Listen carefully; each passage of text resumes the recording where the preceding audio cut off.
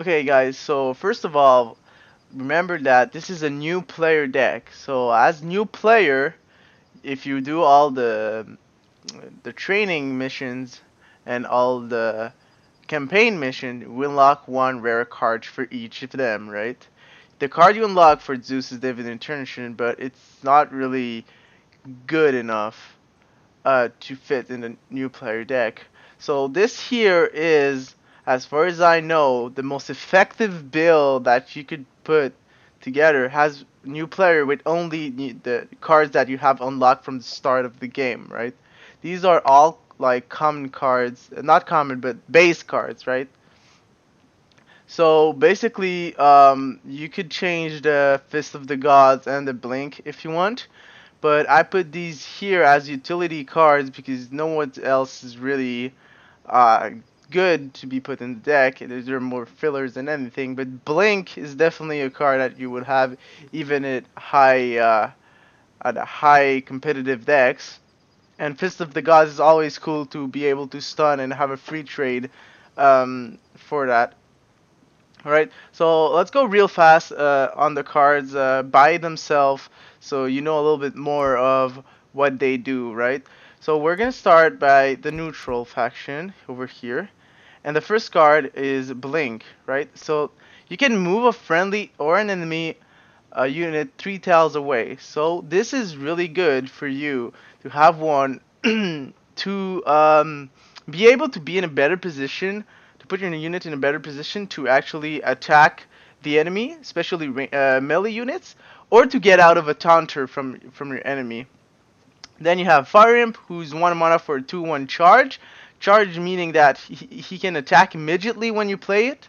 So he's kind of a 1 mana deals 2 damage, right? He's has some people say a Sunder with legs, like, and this is exactly the next card we're gonna go after. Let's pass Fist real fast. Sunder, it's deal 2 damage to a non-leader enemy, basically 1 mana for 2 damage, right? So these are removal cards that you're gonna run in your deck. Then you have a Fist, who's gonna stun a Fist of the Gods, who's gonna stun an enemy.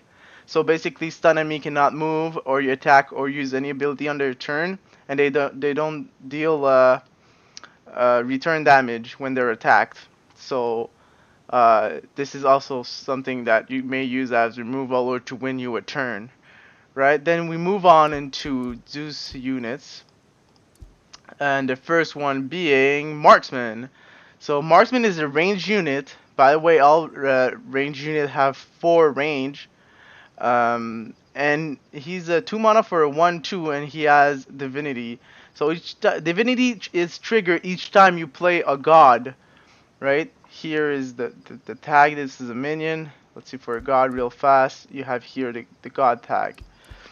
So each time you play a god and Marksman is on play, he's gonna gain +1 attack. He's really, really powerful, to be honest. Maybe one of the best 2 drops in the game. So you want to then follow it up with Brontus. That is the exact same ability, Divinity, but he gains 1 health after. And he's 3 mana for a 3/3. Uh, you also have in 3-drop slot the Brute, who's a 3 mana 1/4 taunt. He may have less attack than Brontus, but he has the taunt ability, which means if you play the tutorial, you already know what taunts is. Enemies cannot move or use abilities while they're taunt and can only attack the taunt minion, which is pretty good, especially if on turn 4 you play Aphrodite with a kiss to the Brute. Right, so they're gonna have to deal minimum of 2 damage to get 1 damage through the shield of Aphrodite. Yeah, so let me just give up the ability first. So yeah, Aphrodite has range, so she's a range attacker, 1/4, 1 attack, 4 health, and she has initiative, which means she can use her ability right when she spawn. So her ability gives a shield. Shield 1 is a shield that has 1 health to your units that you target, and the shield always stays alive, right? The shield's not gonna go away, so they always have to deal more than 1 damage in order to deal damage to the Brute. And at the start of your turn, you're gonna heal 1 health on that unit that is kissed. So yeah, these are really strong combo together, but you can put the kiss on any one of your units, and you can put it on marksman if you want him to attack another ranged unit. I did miss the Elder RP though. Let's just go see the Elder RP in the neutral faction. Yeah, the Elder RP has Pardon. 3 mana for a 3/2 Pardon.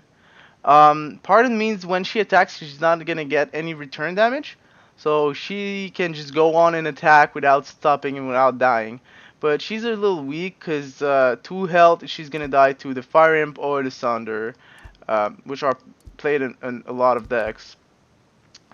Let's go down to 5 drops. We have Hades, who is a 5 mana for a 2/6. And he is also range and also has initiative just like Aphrodite. And his ability is to fear all enemies in the target area. So keep in mind that the target area is an adjacent 3x1 linear like space for Hades. You're gonna see it in the gameplay video if you check that one out. But yeah, basically he can like fear away melee units and give you some space to breed. He's really good for that movement control. Just keep in mind that fearing a taunted enemy, because your taunted enemy uh, is taunted by your guy, he's not able to move. So fear him with Hades. It's not gonna work because the enemy is taunted by your brute or by the last card, your Athena. Athena, which is a 6 drop with 2 attack and 7 health, and also has stunt, just like a brute. And her ability is that she can teleport anywhere on the map and deal 1 damage to all adjacent enemy. So potential of 8 damage here.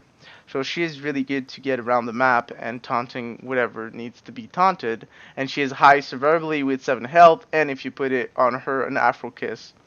So this is all for the new player deck. That's probably the best deck I can make for you as for Zeus with all the base cards. This includes no cards open from your pack, obviously. So go ahead and try that. And I'm gonna put a gameplay video of this deck uh, later on in the next upcoming days. So thank you guys, and I'll see you in the next video.